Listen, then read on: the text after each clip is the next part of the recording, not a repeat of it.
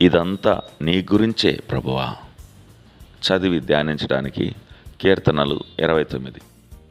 యెహోవా నామమునకు చెందవలసిన ప్రభావమును ఆయనకు ఆరోపించుడి. ప్రతిష్ఠితములకు ఆభరణములను ధరించుకొని ఆయన ఎదుట సాగిలపడుడి. 2వ వచనం. మనము మరొక రోజును నిన్నటి తలంపుపైనే కొనసాగిద్దాం. దేవుడు, ఆయన కుమారుడు మన ప్రార్థనా జీవితపు తొలి ప్రాధాన్యతగా మారినప్పుడు మన ప్రార్థనా జీవితంలో మిగిలినవన్నీ కూడా సరిచేయబడతాయి. ఆధునిక కాలానికి చెందిన ఒక ఆత్మీయ గీతము ప్రపంచవ్యాప్తంగా జనులను దీవించింది. అందులో నేను కూడా ఉన్నాను. The heart of worship, Matt Redman విరచితము. ఆ పాటలో ఈ మాటలున్నాయి: I am coming back to the heart of worship and it's all about you.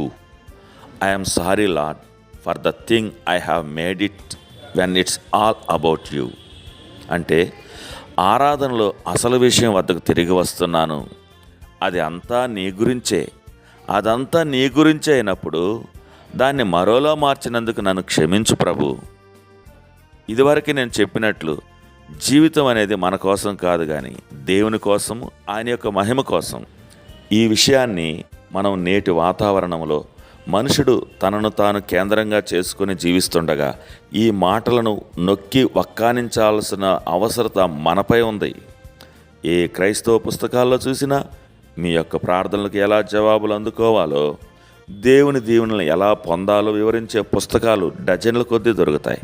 అయితే ఈ పుస్తకాల సంఖ్యతో పోల్చితే చాలా కొద్ది పుస్తకాలు మాత్రమే దేవుణ్ణి నీ జీవిత కేంద్రంగా ఎలా చేసుకోవాలో సూచిస్తాయి. జీవితం అనేది మన కోసం కాదు, కానీ దేవుని కోసం, ఆయన మహిమ కోసం అనే భావనను స్వీకరించడం చాలా సవాల్తో కూడిన విషయం. కానీ దానిని మనం స్వీకరించి తీరాలి.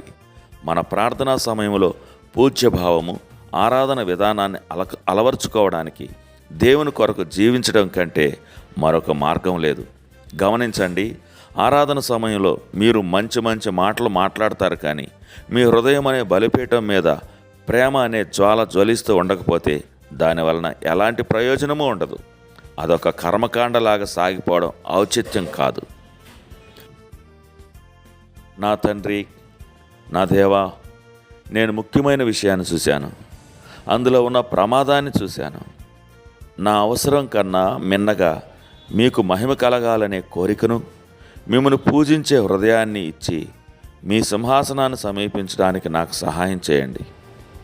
ప్రభువైన యేసు నామమున అడుగుచున్నాను తండ్రి. ఆమెన్.